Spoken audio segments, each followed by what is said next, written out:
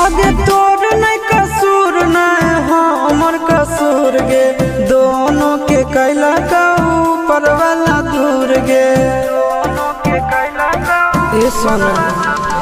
आगे तोर नहीं कसूर नहीं हमर कसूर गे दोनों के कैला का ऊपर वाला दूर गे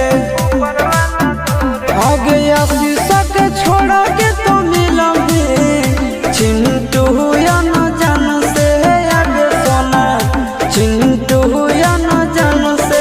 जोड़ी है बनावल भगवान के दोष न है इंसान के आगे सोना दोष न है भगवान।